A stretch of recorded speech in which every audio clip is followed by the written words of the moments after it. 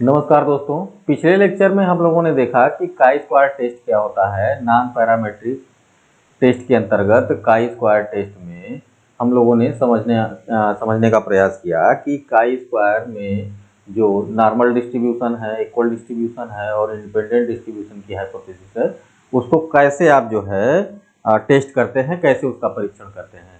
अब non parametric statics के अंतर्गत कुछ और टेस्ट हैं जिनको थोड़ा सा समझने का प्रयास करें। जैसे इसमें एक टेस्ट है साइन टेस्ट, एक है आपका मैकनेमार टेस्ट, एक है रन परीक्षण, और इसी तरीके से विल्कॉक्सन टेस्ट है, मैन विटनी यू टेस्ट है, मीडियन टेस्ट है। तो आज देखें हम लोग कि रन टेस्ट क्या होता है। रन टेस्ट या इसको वन सैंपल रन टेस्ट बोलते हैं। वन सैंपल रन टेस्ट ये क्या होता है। तो देखिए, जब नॉन पैरामेट्रिक स्टैटिक्स की बात आप करते हैं तो नॉन पैरामेट्रिक स्टैटिक्स में तीन एजम्पशंस जो होती हैं, इसको जो है अगर आपका स्कोर या जो डेटा है अगर उसको फुलफिल कर रहा है तो आप पैरामेट्रिक स्टैटिक्स लगाते हैं, या फिर जो है अगर फुलफिल नहीं कर रहा है तो आप जो है नॉन पैरामेट्रिक स्टैटिक्स लगाते हैं। तो ये जो एजम्पशंस होती हैं, ये तीनों एजम्पशंस क्या है कि डेटा आपका रैंडमली सिलेक्टेड हो, रैंडम सिलेक्शन। दूसरी बात है कि डेटा आपका जो है होमोजीनियस हो, और तीसरा है कि डेटा नॉर्मल हो, एनपीसी पर नॉर्मल होना चाहिए, तब आप जो है पैरामेट्रिक स्टैटिक्स लगाते हैं। अगर ये तीनों एजम्पशंस फुलफिल नहीं हो रहे हैं तो आप जो है लगाते हैं नॉन पैरामेट्रिक स्टैटिक्स। ये तीनों एजम्पशंस फुलफिल न होने की दशा में आप नॉन पैरामेट्रिक स्टैटिक्स लगाते हैं। एक तो ये बात हो गई। दूसरा, अगर आप देखें तो जब नॉन पैरामेट्रिक स्टैटिक्स आप लगाते हैं तो वास्तव में इसको कहते हैं, इन टेस्ट को assumptions free test, assumptions free test, या इसको बोला जाता है फ्री डिस्ट्रीब्यूशन टेस्ट।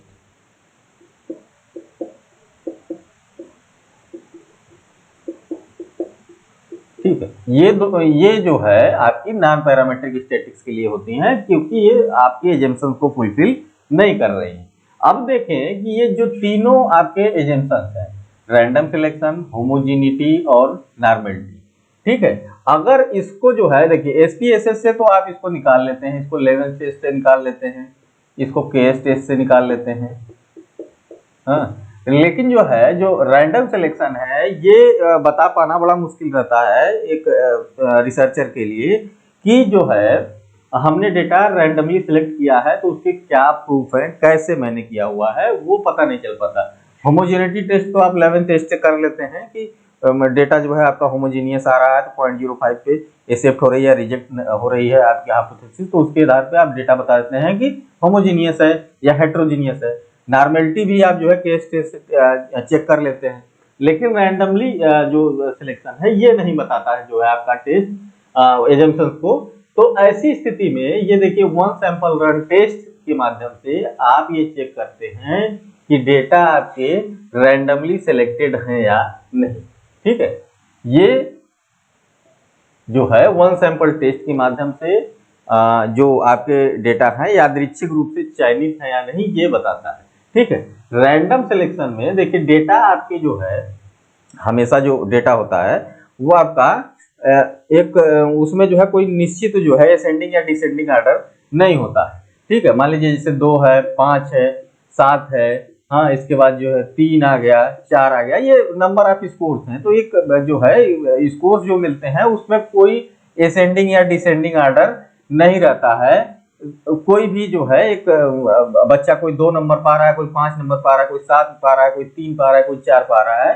तो ऐसी स्थिति में यहाँ पर रन बनाए जाते हैं जिनको कहते हैं कि एक सीक्वेंसिंग की जाती है। उस सीक्वेंसिंग के आधार पे आप जो है टेस्ट लगाते हैं, रन टेस्ट, जिसके आधार पे बताते हैं आपकी डेटा आपका सिलेक्ट जो है रैंडमली सिलेक्टेड है या नहीं। तो उसके लिए थोड़ा सा समझें कि मान लीजिए आपके पास डेटा है, ठीक है, तो सबसे जरूरी यहाँ पर रन बनाना होता है, रन इसको बोला जाता है। तो डेटा देखिए आपको किसी भी फॉर्म में मिल जाता है। जैसे मान लीजिए आपने एक सिक्का लिया और उसको उछाला, तो ये पहली बार हेड आया। मान लीजिए आपने 10 बार उछाला सिक्का, है सिक्का ले लिया, सिक्के को 10 बार उछाला, एक बार हेड आया, एक बार टेल आया, फिर हेड आया, फिर टेल आया, फिर हेड आया, फिर टेल आया। ठीक है, 1 2 3 4 5 6, फिर हेड आया, फिर टेल आया, फिर हेड आया, फिर टेल आया। ठीक, देखिए तो 10 बार आपने सिक्का उछाला तो 10 बार जो है आपके हेड टेल आने की प्रोबेबिलिटी है, प्रायिकता है। ठीक है, तो इसमें कितने रन होंगे, देखिए 1 2 3 4 5 6 7 8 9 और 10। ठीक है, इसमें देखिए 10 रन बनेंगे। ठीक, ये सीक्वेंसिंग की जाती है रन की। ठीक, अब मान लीजिए दूसरी बार आपने सिक्का उछाला तो 5 बार जो है हेड आया डायरेक्ट और 5 बार टेल आया। ठीक है, तो इसमें देखिए 2 ही रन बनेंगे। ठीक है, जो सीक्वेंसिंग रहती है अगर समान सीरीज मिल रही है तो एक ही जो है दो एक ही बार में काउंट होगा, अगर असमान सीरीज मिल रही है तो बार बार काउंट होगा। इसको थोड़ा सा समझ लीजिएगा कि यहां पर देखिए यहां पर कितने रन हो जाएंगे, 2, यहां पर कितने हो जाएंगे 1 2 3 4 5 6 7 8 9 और 10।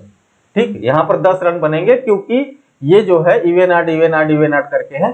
यहां पर देखिए एक सीरीज में मिल गया है, तो जहां तक सीरीज आपकी लगातार जा रही है वो 1 रन बनेगा, और जहां जो है सीरीज ब्रेक हो रही है वो दूसरा रन बन जाएगा। ठीक, अब यहां पर मान लीजिए और कुछ ऐड हो जाए तो ये 2 सीरीज और बन गई, तो ये 4 हो जाएगा, ये 5 हो जाएगा, सॉरी 3 हो जाएगा, ये 4 हो जाएगा। इस टाइप से रन बनाते हैं। ठीक, तो अब रन की सीक्वेंसिंग जो है ऊपर और नीचे दोनों फॉर्म में करते हैं। जैसे मान लीजिए इसी एग्जांपल को लेते हैं, मान लीजिए एच एच हेड हेड, फिर टेल, फिर हेड, फिर टेल। देखिए अब यहां पर अगर इसकी जो है इसके रन बनाने हो तो कैसे बनेंगे रन। एक बार मान लीजिए ऊपर आपने कह दिया कि एक तो ये सीधे सीधे दिख रहा है, फिर अगर दूसरा रन बनाना है दूसरे टाइप का तो एक नीचे लगाएंगे। ठीक है, डैश नीचे लगाएंगे, फिर एक ऊपर, फिर एक नीचे। ठीक, तो देखें यहां पर 1 रन 2 3 और 4 रन बनेंगे। इसी तरीके से मान लीजिए प्लस प्लस करना हो तो ऐसे भी कर सकते हैं। ठीक है, प्लस 1 रन हो गया, माइनस माइनस दूसरा रन हो गया, प्लस प्लस तीसरा रन हो गया।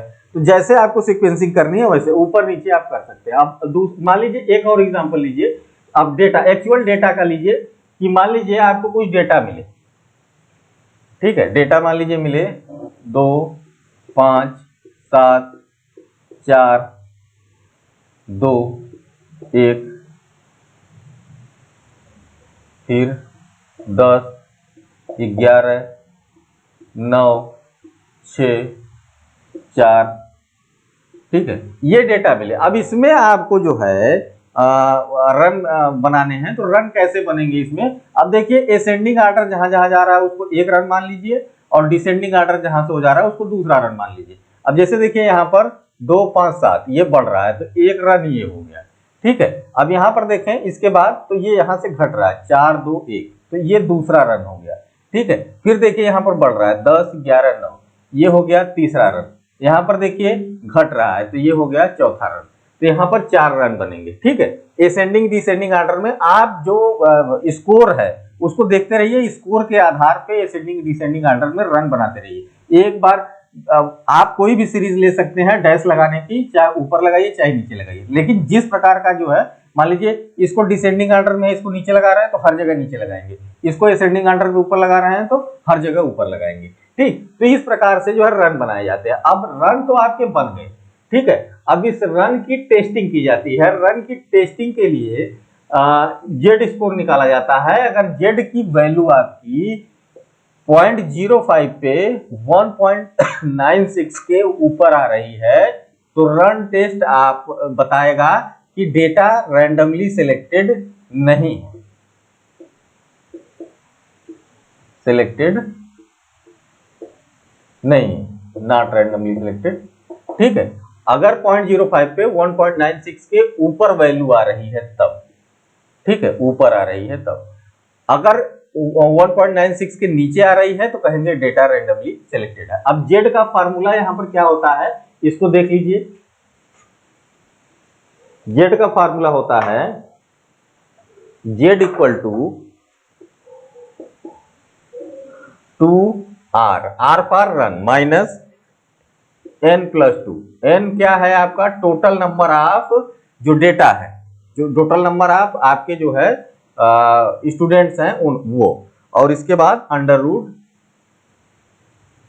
n-1 n-2 upon n-1।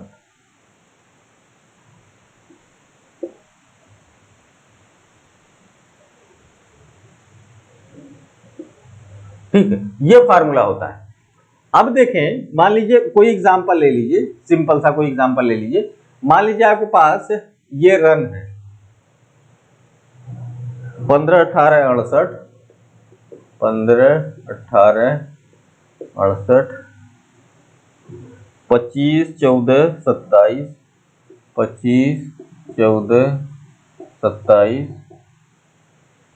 फिर है 89 61 89 61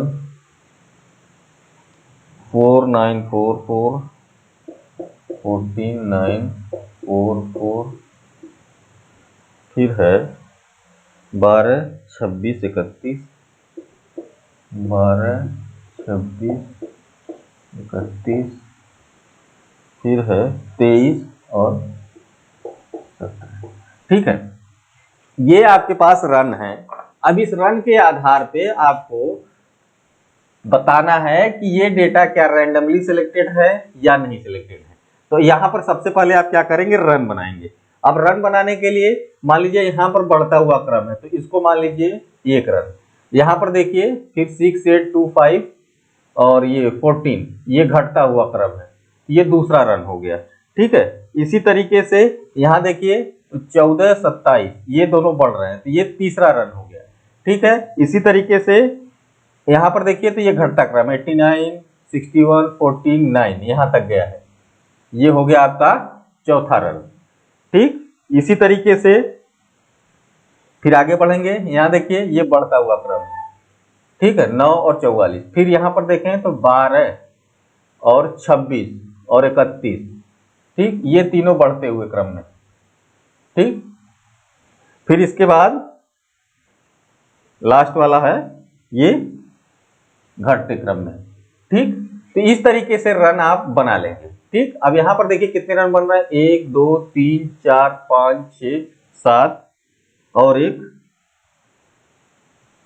ये एक और बन रहा है 44 और 12। ठीक, ये नीचे रहेगा। ठीक, तो ये बन गए आपके कुल 8 रन। 1 2 3 4 5 6 7 और 8। 1 2 3 4 5 6 7 और ये 8, टोटल 8 रन बन गए। संख्या कितनी है देख लें? 1 2 3 4 5 6 7 8 9 10 11 12 13 14 15 16। तो आर यहां पर आपका है 8 और जो है एन है आपका 16। ठीक है, तो अगर इसका जो ये बताना हो आपको कि ये वास्तव में जो है रेंडमली सिलेक्टेड है या नहीं, तो आप क्या करेंगे? जेड के फार्मूले के हिसाब से आप इसको कैलकुलेट कर लेंगे। जेड का फार्मूला होता है 2r upon 2r minus n+2 upon n under root n-2 upon n-1। ठीक है, अब इस सारी की सारी वैल्यू रख दीजिए। 2r कितना हो जाएगा आपका? देखिए 8 दूनी 16 माइनस ये कितना हो जाएगा?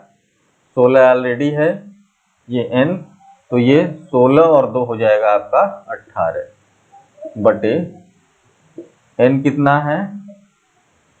n है आपका 16 और 16 माइनस 2 हो जाएगा 14 और फिर ये हो जाएगा आपका n-1, यानी ये हो जाएगा n-1 15। ठीक है, अब इसको सॉल्व कर लीजिए। सॉल्व करने के बाद अगर वैल्यू आपकी जो है z की 1.96 के नीचे आ रही है तो आप कहेंगे कि जो है हमारा जो आपका डेटा है वो रैंडमली सिलेक्टेड है। अगर जो है इसके नीचे आ रही है तो रैंडमली सिलेक्टेड है, इसके ऊपर जा रही है तो नहीं। ठीक है, जेड की वैल्यू अगर इसके ऊपर जा रही है तो नहीं सिलेक्टेड है, इसके नीचे आ रही है तो रैंडमली सिलेक्टेड है। सिंपल सा ये रन टेस्ट है। ठीक है, अब ये तो रन टेस्ट हो गया। इसमें कोई कंफ्यूजन होगा तो बताइएगा। नेक्स्ट लेक्चर में अब हम दूसरे जो है स्टैटिक्स की बात करेंगे। तब तक के लिए थैंक यू।